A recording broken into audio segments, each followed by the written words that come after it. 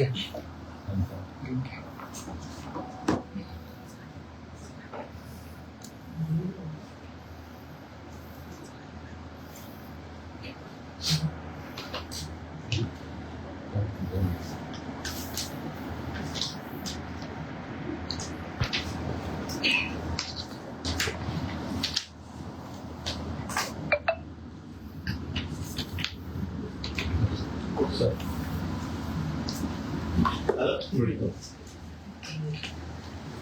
तर आजची पत्रकार परिषद ओके. अतिशय स्पेसिफिक आणि एकाच विषयावर मी घेणार आहे.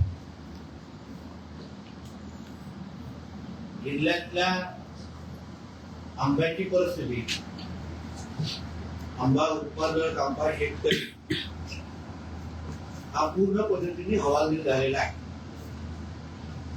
गेल्या 50-60 वर्षामध्ये आंब्याच्या शेतकऱ्यांनी नुकसान भरपाई मागितली किंवा सरकारकडून मदत मागितली असं आपण कधी ऐकलेलं नव्हतं. आपल्यातले काही गुन्हेगारचे पत्रकार आहेत, सिनियर पत्रकार आहेत, आपल्याला माहिती आहे की अशी कधी मागण्याची परिस्थिती त्यांच्यावर आली नाही. उलट आपल्या सिंधुदुर्ग जिल्ह्याच्या अर्थकारण चालवण्यामध्ये आंबा, काजू, मासेमारी या सगळ्या जणांचा फार मोठा हात असतो. पण आज आंबा उत्पादक शेतकरी हा अडचणीत आहे. शासनामार्फत जे काय आढावा घेतला गेला, काही पंचनामे झालेले आहेत. 2 वेळा मंत्रिमंडळामध्ये हा विषय मी आदरणीय मुख्यमंत्र्यांच्या निदर्शनात आणून दिला आणि आता शासनाकडे जो काही रिपोर्ट आलेला आहे त्या रिपोर्ट मध्ये निसर्गामुळे, प्रामुख्याने निसर्गामुळे, हवामानातल्या बदलामुळे 85 ते 80% नुकसान हे झालेलं आहे. हे शासनाकडे आता रिपोर्ट गेलेला आहे. म्हणजे त्याच्यामध्ये कोणाचंही काय मनात शंका नाही, कोणाचेही दोन विचार नाही, ते नुकसान झालं नाही, उगाच मागताय असं काही विषय नाही. वस्तुस्थिती अशीच आहे की 85% जवळपास नुकसान झालेलं आहे आणि त्यामुळे शासनाकडे हा विषय किती गंभीर आहे हा पूर्ण पद्धतीने पोहोचलेला आहे. म्हणून ह्याच्यामध्ये किंतु परंतु चर्चा करण्याचा विषयच नाही. मला जेव्हा मंत्रालयामध्ये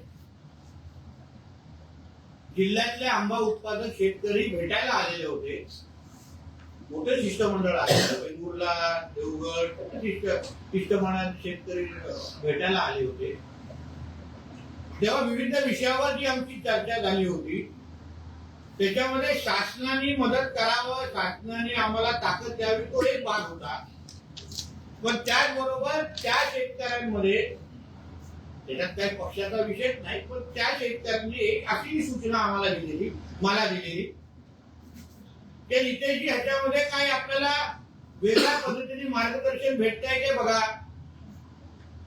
बाहेरच्या देशातून किंवा अशी चांगली कुठली टेक्नॉलॉजी जेणेकरून ह्या परिस्थितीवर आम्ही मात करू शकू, या परिस्थितीवर कायमस्वरूपी कसा तोडगा निघेल, आम्हाला आधार कसा मिळेल, ह्यासाठी वेगळा काय अभ्यास होऊ शकतो का? आंबा संशोधन केंद्र असो, दापोलीमध्ये कृषी विद्यापीठ असो, असं काय आपण बोलून बघा जेणेकरून हा विषय त्या निमित्ताने तरी आम्हाला मार्गदर्शन भेटेल. मग त्या बैठकीनंतर त्यांच्या सूचनेनुसार त्या बैठकीनंतर मी काही लोकांशी बोलायला सुरुवात केली आणि मग त्याच्यामध्ये बारामतीमध्ये एग्रीकल्चर डेव्हलपमेंट ट्रस्ट ADT नावाची एक संस्था आहे. ही संस्था प्रामुख्याने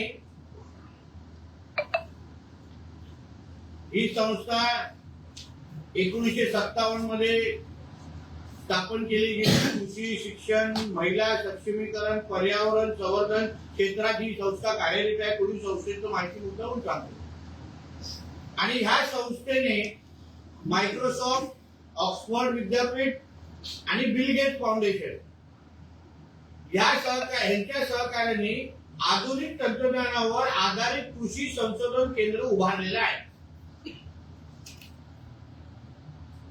आता भविष्यामध्ये शेती कुठल्या प्रकारे होईल, त्याच्यामुळे कृत्रिम बुद्धिमत्तेचा वापर कसा होईल, या बाबतीमध्ये असंख्य चांगल्यातले चांगले प्रभावी संशोधन या एडीटीने केलेले आहे.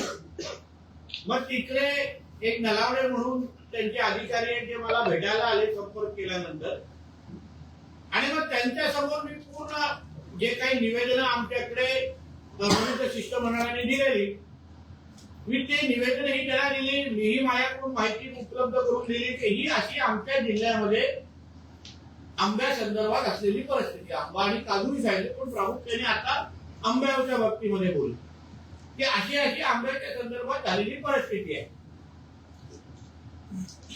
त्यावर मग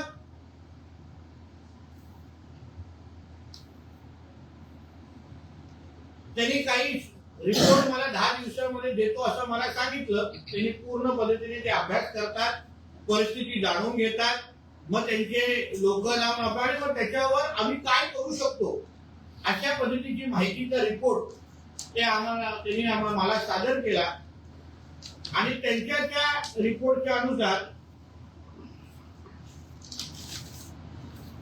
उद्देश म्हणजे आंबा बागायतीमध्ये कृत्रिम बुद्धिमत्ता,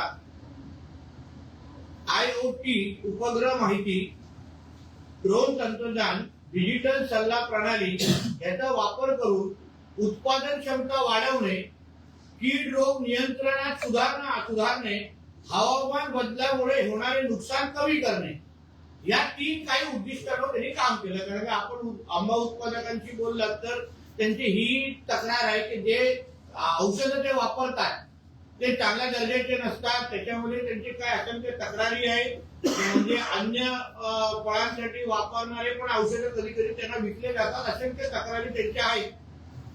आपल्या इकडे आंबाचे क्षेत्र अंदाजे 34,296 हेक्टर आहे. आणि त्याच्यातले असंख्य जे काही कारण ज्याच्यामुळे आज आपल्या आंब्याचं नुकसान होतं, त्याच्यामध्ये हवामानातील बदल, अनियमित फुलोरा, फळगळ, पावडरी मिड्यू नोड आणि काय फळमाशी, ती मॅस्किटो, बग यांच्यासारख्या कीड रोगाचा प्रभुत्व दिसला. पाण्याची कमतरता, तसेच निर्यात दर्जाच्या उत्पादनासाठी आवश्यक असलेले ट्रीटेबिलिटी व्यवस्था व ह्या प्रमुख समस्या आहेत. या प्रस्तावित प्रकल्पामध्ये ट्री लेवल प्रिसिसिंग मॉनिटरिंग सिस्टम ही त्यांनी आपल्याला सांगितलेली आहे. त्याच्यामध्ये उपग्रह प्रतिमा, सेन्सर तंत्रज्ञान, कृत्रिम बुद्धिमत्ता ह्याच्या सहाय्याने प्रत्येक झाडाच्या आरोग्याचे निरीक्षण केले जाईल. झाडांची वाढ, पानांची छाननी, क्लोरोफिल पातळी, फुलोरा स्थिती आणि संभाव्य उत्पादना याचा डेटा गोळा करून शेतकऱ्यांना योग्य सल्ला दिला जाईल.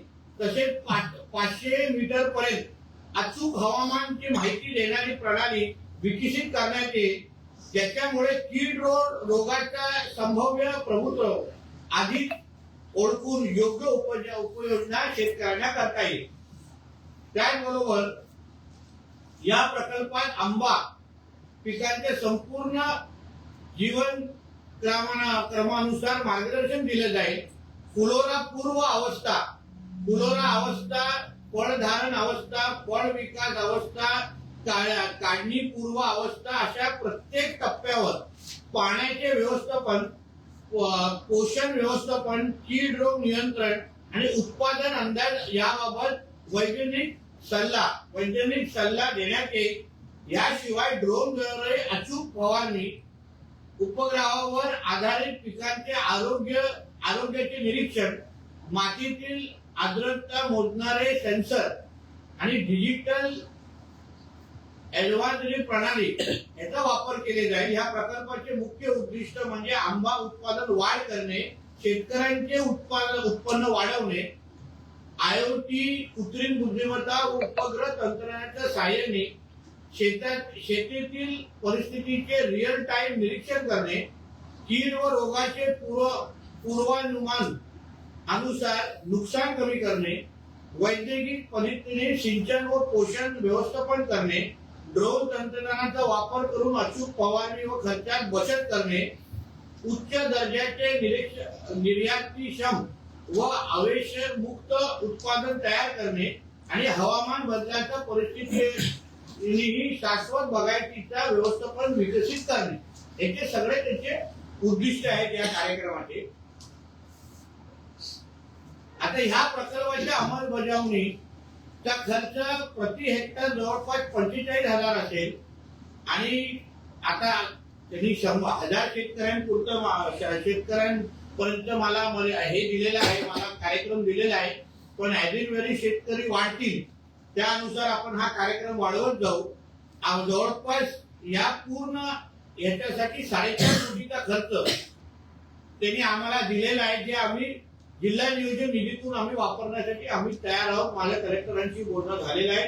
4.5 कोटी एवढी निधी आम्ही जिल्हा नियोजन करून आम्ही उपलब्ध करून देऊ आणि निधीचा सेन्सर उपक्रम हे सगळे जे काय आपल्याला सांगितलं त्यानुसार हा कार्यक्रम म्हणजे एका बाजूला सरकारच्या वतीने मदत देणं, नुकसान भरपाई म्हणा की काय म्हणा, सरकारच्या वतीने त्यांना आता मदत करणं आणि भविष्यामध्ये अशा पद्धतीची परिस्थिती आमच्या आंबा बागायतदारांवर येऊ नये, आंबा शेतकऱ्यांवर येऊ नये यासाठी अशा पद्धतीची मदत घेणं, अशा पद्धतीचा दुहेरी कार्यक्रम शासनाच्या माध्यमातून जिल्हा प्रशासनाच्या माध्यमातून आम्ही हातात घेत आहोत, जेणेकरून भविष्यामध्ये आता तर सरकारची मदत आपण यावेळी ह्या निमित्ताने घेतच आहोत, पण त्याचबरोबर अशा पद्धतीचा आपण उपाययोजना करायला सुरुवात केली. मी अजूनही लोकांशी बोलतो आहे, आंतरराष्ट्रीय पातळीचे काही कंपन्यांशी पण आमचं बोलणं चालू आहे. पण आता लगेच उपलब्ध होणारी जे राज्यामध्ये जे नावलौकिक झालेली ही बारामतीची ही जी काही संशोधन केंद्र आहे त्याची मदत घेण्यासाठी आम्ही तयार आहोत. त्यासाठी मी आधी त्यांच्या लोकांना मी ऑलरेडी ओके सांगितलेलं आहे, ते त्यांची तयारी करतायत, जेणेकरून लगेच आंबा उत्पादकांना, आंबा शेतकऱ्यांना जी काही मदत आपण करायची आहे, जिची मागणी त्यांनीच माझ्याकडे केली होती, त्याप्रमाणे आम्ही मदत देण्यासाठी आम्ही तयार आहोत. मला वाटतं हा विषय हा राजकीय विषय नाही. आम्हाला सगळ्यांच्या सूचना पाहिजे, आम्हाला सगळ्यांची मदत, आम्हाला सगळ्यांबरोबर काम मला तरी करायचं आहे. कारण की मीही त्याच भूमिकेचा आहे की आंब्याचं खरंच नुकसान झालेलं आहे आणि तसं रिपोर्ट पण आलेला आहे. जेव्हा पंचनामे करण्यात आले पहिले, तेव्हा जी माहिती शासनाकडे दिली होती त्याला मी समाधानी नव्हतो.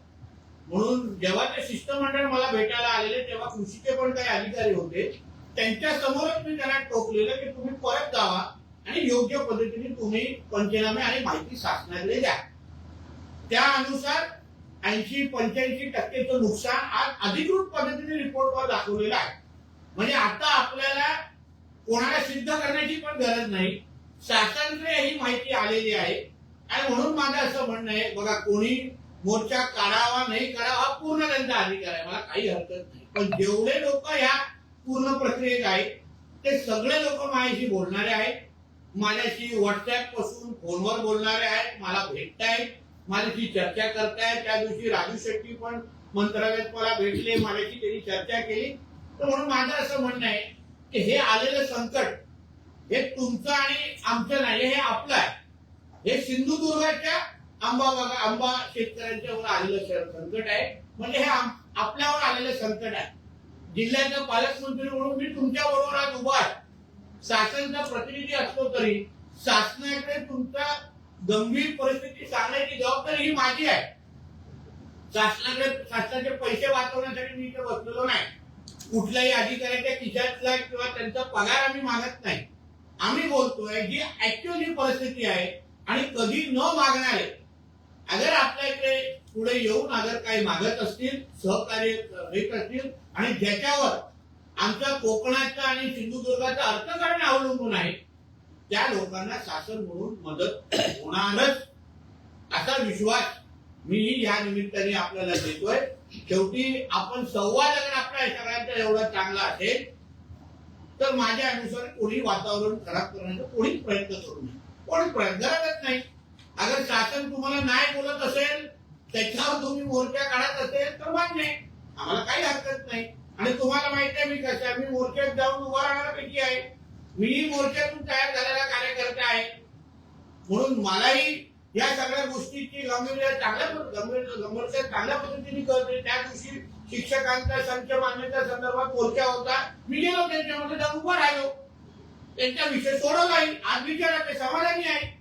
म्हणून शासन म्हणून अगर मी तुमच्याशी बोलतोय, शासन म्हणून अगर तुमच्याशी ऐकतोय, तुमच्या बरोबर उभा आहे, शासनाची भूमिका तुमच्यापेक्षा आमच्या आंबा बागायतदारापेक्षा वेगळी नाही. शासनाला माहिती आहे गंभीर परिस्थिती आहे. माननीय मुख्यमंत्र्यांना, दोन्ही उपमुख्यमंत्र्यांना, कृषी मंत्र्यांना, कृषी सचिवांना, तुमच्या पालकमंत्र्यांना सगळ्यांना माहिती आहे. जे जे शासनाचे प्रतिनिधी आहेत त्या प्रत्येकाला माहिती आहे आपली परिस्थिती गंभीर आहे. म्हणून एकत्र म्हणून माझं असं म्हणणे, जरा आपण हा प्रश्न सोडूया. एका बाजूला आपण शासनाकडून मदत घेऊया, दुसऱ्या बाजूला आपल्याला हे जे काही पर्याय आपण बारामती संशोधन केंद्र, ज्याला ऍग्रीकल्चरल डेव्हलपमेंट ट्रस्ट म्हणून एडीटी म्हणून जे काही नाव दिलंय, त्यांच्याकडून मदत घ्यायला लॉंग टर्म चालू करूया. जेणेकरून भविष्यामध्ये एका बाजूला आंबा संशोधन केंद्र साठी मी निधी उपलब्ध करून तेही मी बांधायला सुरू, म्हणजे त्याच्यावरही मी माझं काम सुरू केलेलं आहे. आणि म्हणून सगळ्या बाबतीमध्ये आमची भूमिका स्पष्ट आहे. लपवालपीचा काय विषय नाही. जसं मी तुम्हाला सांगितलं, हे तुम्ही आणि मी नाही, हा आम्ही विषय आहे. सिंधुदुर्ग म्हणून आपल्याला हा विषय हाताळायला लागेल. जसं आरोग्याची परिस्थिती आहे, शिक्षणाची परिस्थिती आहे, तशी आज आपल्या कधी नाही तर आंब्यावर आलेली परिस्थिती. एकतर हवामानामुळे आपल्याला त्रास झाला होता, आता तर जे आखाती देशामध्ये जी काय परिस्थिती उद्भवलेली आहे, आपले आंबे सौदी आणि दुबईला मोठ्या प्रमाणामध्ये जातात. आता तिथे पण युद्ध परिस्थिती आहे, तोही विषय आपल्या डोक्यावरून उभा आहे. म्हणून हा सगळा विषय अगर आपण सिंधुदुर्ग म्हणून अगर आपण हाताळला तर निश्चित पद्धतीने त्याच्यामध्ये आपल्याला यश मिळणारच. आम्ही तुमच्या बरोबर उभे आहोत. शासन हे तुमचं आहे. काल पण बघा अर्थसंकल्पामध्ये शेतकऱ्यांना कर्जमाफी आमच्या शासनाने जाहीर केली, 50,000चं प्रोत्साहन निधी पण जाहीर केली, मत्स्य संपदा योजना जाहीर केली, मुख्यमंत्री मत्स्य संपदा योजना जाहीर केली. म्हणून शासन म्हणून आम्ही कुठेच मागे नाही, कुठेही मागे पुढे करत नाही आहोत. कुठेही आम्हाला लांब पडायचं नाहीये. आम्ही तुमच्या बरोबर उभे आहोत. तुम्हाला असेल तर मी 12 तारखेला येतो, मला काही हरकत नाहीये. पण शेवटी शासन अगर एवढं करत असेल, शासन अगर आमच्याकडे रिपोर्ट आम्ही बोललो नाही एवढी नुकसान झालंच नाही, हे काय 50% नुकसान झालंय, 40% दोघा जेवढं मागताय असं पण बोलताय का? मी बोलायलाही देणार नाही. कोणी माझ्या शासन असताना, मी पालकमंत्री असताना माझ्या कुठल्याच नागरिकांवर अन्याय करण्याची कोणी हिंमत करू शकणार नाही. विरोधी पक्षातून तयार झालेला पैकी कार्यकर्ता आहे मी माझ्या 10 वर्षाच्या कारकिर्दीला 8 वर्ष विरोधी पक्षामध्ये होतो. म्हणून मला चांगल्या पद्धतीने विषय कळतात. म्हणून माझं असं म्हणणं आहे की आज आपण सिंधुदुर्ग म्हणून शासनाशी बोललं पाहिजे, शासनाशी संवाद करत तुमच्याकडे जेवढी माहिती अजून असेल. आता उद्या सकाळी मी काही आंबा बागायतदारांना भेटायला जातोय देवगडमध्ये, त्यांची परिस्थिती ग्राउंडवर परिस्थिती समजून घ्यायला. आता बजेट आज आलो, उद्या सकाळी जाणार, आंबा बागायतदारांची अजून बोलणं, सगळा संवाद चांगला आहे, आमचा चांगला संवाद सुरू आहे. म्हणून माझं असं म्हणणं आहे आपण सिंधुदुर्ग म्हणून हा विषय हाताळू, सोडू आणि निश्चित पद्धतीने शासन म्हणून जी आपल्याला मदत हवी आहे, सगळ्या पद्धतीची मदत आमचं महायुतीचं सरकार, आमचं देवाभाऊचं सरकार निश्चित पद्धतीने तुम्हाला करेल, हा विश्वास जिल्ह्याचा पालकमंत्री म्हणून मी इथे तुम्हाला देतोय. धन्यवाद. काय विषय देवगड मधील ना शेतकऱ्यांचं असं एक म्हणणं आहे की बाबा हेक्टरी जास्तीत जास्त नुकसान भरपाई आम्हाला मिळावी असं त्यांचे आग्रह आहे. काय कोण बोलताय? म्हणजे 5 लाखापर्यंत हेक्टर असं कारण मागणी कशी आहे ना, सभागृहामध्ये पण लक्षवेधी केसरकरजी आणि निलेश राणेंनी लावली, त्याला उत्तर आमच्या गोपालजींनी काय दिलं. आता शेवटी जेव्हा पंचनामे होतात, पंचनामे झाल्यानंतर अगर 85% एवढं नुकसान झालेलं आहे शासनाला कळत आहे आणि कधी न मागणारे, उदाहरण आपल्या विदर्भामध्ये किंवा उत्तर महाराष्ट्रामध्ये कांदा, कापूस हे सातत्याने होणारं नुकसान, आंब्याचं तर कधी नुकसान झालेलं कोणीच ऐकलं नाही. आणि म्हणून कधी नाही तर अगर आमचे आंबा शेतकरी अगर उभे आहेत तर त्यांना कशी मदत करता येईल यासाठी शासन त्याच्यावरच काम करत आहे. तीच माहिती देण्यासाठी आलेलं. 12 तारखेला राजू शेट्टी आहेत, वैभव नाईक आहेत, यांच्या नेतृत्वाखाली एक मोर्चा होणार शेतकऱ्यांच्या. त्यामध्ये आपण जाणार आहात का? मला हरकत नाही ना. माझं काय म्हणणं आहे, पालकमंत्री म्हणून मी सगळ्यांशी बोलतोय. माझे दरवाजे उघडे आहेत. माझी बोलायचं तर मी तयार आहे. मला काही हरकत नाही. मला बघा, शेवटी शासन म्हणून अगर आम्ही काय लपवत असलो, आम्हाला हात तर राखून काय करायचं असतं. मुख्यमंत्री अगर नाही बोलत असतील, नाही ना नितेश द्यायचं नाही, काहीतरी त्याच्यातला मधला मार्ग काढा, मग गोष्ट बरोबर होतं. काय मिळतच नाही, देत नाही. आता बघा, जेव्हापासून उत्तर मी कितीदा त्यांना भेटलेलो आहे, मी सगळ्यांशी बोलतोय. म्हणजे ते किरण टेंभुर्णकर पासून सगळेजण बोलतायत, माहिती व्हॉट्सअपवर बोलतायत, माहिती सगळे बोलतायत. राजू आपले शेट्टी साहेब भेटले, त्यांनी मला त्यांनी सगळे विषय. आता शासनाला देण्यासाठी तरी थांबायला पाहिजे. एक प्रक्रिया राबवायला लागते ना. पंचनामे होणार, मग देणार, मग त्या पद्धतीने होणार. आता पंचनामे झाले, शासनाकडे ती गंभीर परिस्थिती पोहोचलेली आहे 85% 90%ची. आता शासनाच्या मदतीसाठी मला असं वाटतं ठेवलं पाहिजे. तरी लोकशाहीमध्ये कोणाला मोर्चा काढायचा असेल तर नक्की करावं, काही हरकत नाही. त्यांचे भाषण बोलवलं नाही तर युट्यूबवर तुमच्या चॅनल माध्यमातून ऐकणार जाईल. आणि शासनाचं काय आमच्या अधिकाऱ्यांना सांगितलं की प्रत्येक जे काय बोलते नोट डाऊन करा आणि आपल्याला जे काय मार्गदर्शन असेल ते घ्या.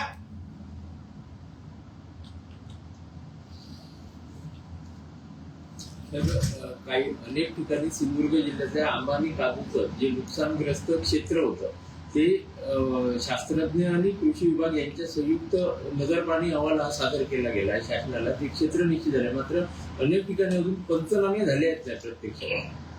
कुठे नाही झालं अशी माहिती द्या. आमच्याकडे पंचनामे झाले त्याची माहिती आहे. काही भागामध्ये अगर तुम्हाला माहिती वाटलं असेल की इथे पंचनामे या पॉकेटमध्ये झाले, लगेच करून घेऊ, काय प्रॉब्लेम नाही. आम्ही आजादवर आहोत.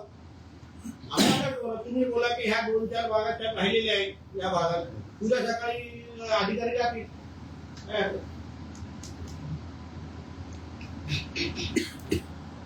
साहेब, एक रोरो सेवा सुरू झाली होती, पण काही तांत्रिक याच्यामुळे काहीतरी दुसऱ्या उभा राहा, केस पण उभी करण्याचं नाही तर डग बोट चांगला फिरत आहेत ना. म्हणून डग झाली, दुरुस्त झाली, बोटीतून निघाली. हा, उद्या मी करायची त्याच्यानी जाईन, पण उचल, फक्त हवेत उभं राहू नको. बागायतदारांशी त्यांची होणार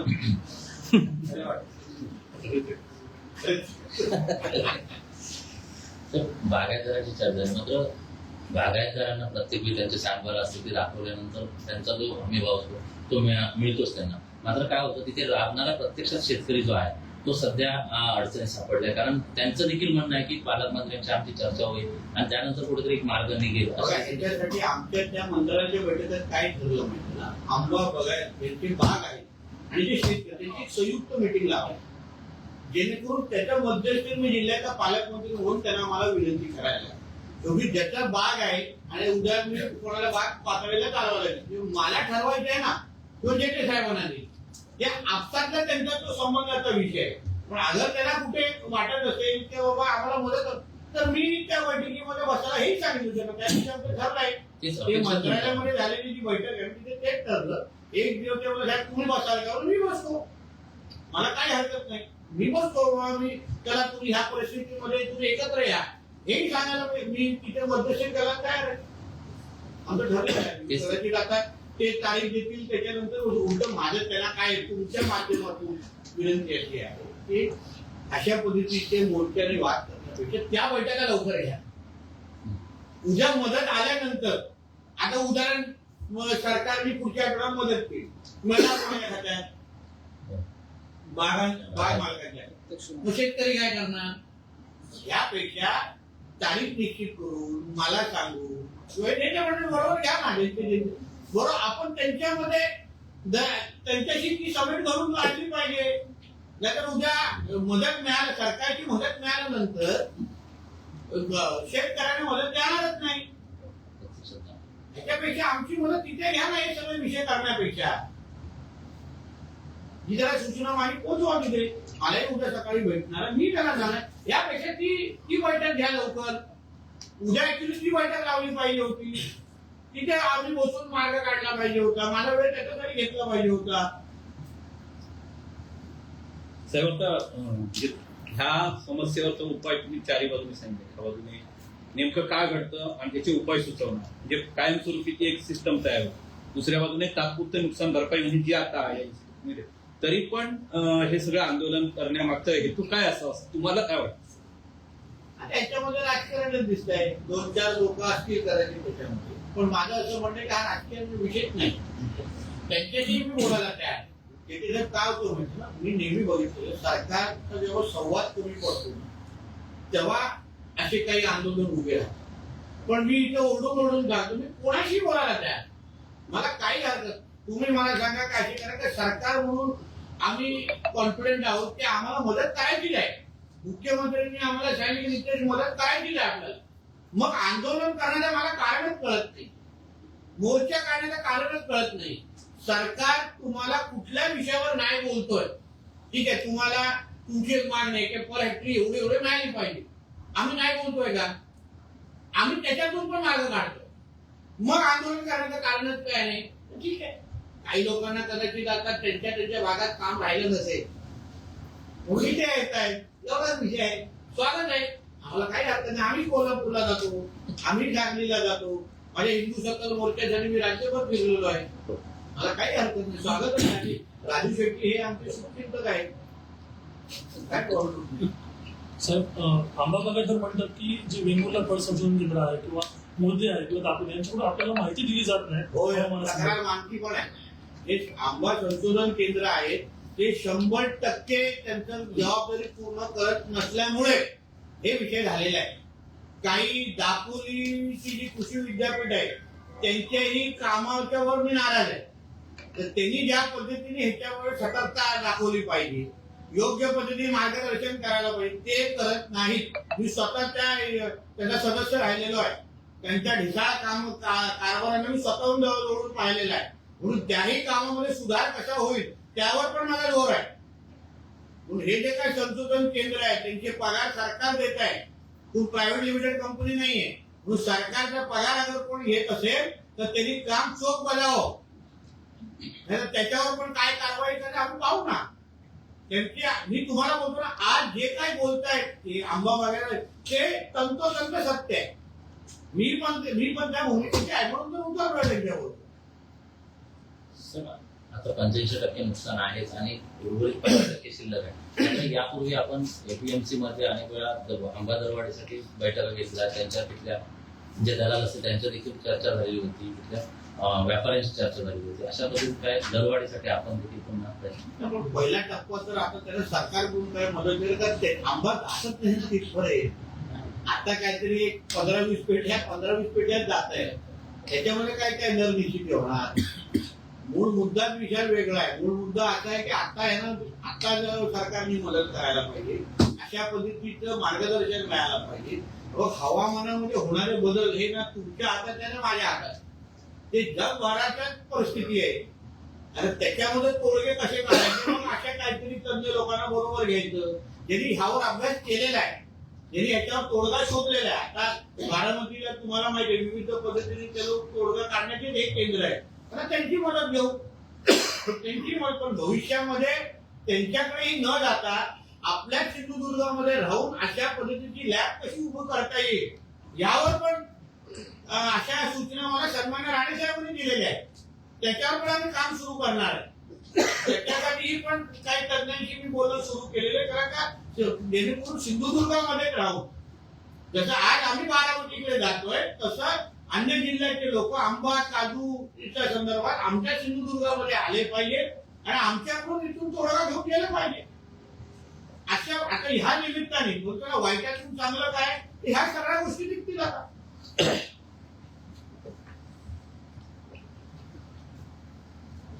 ठीक आहे.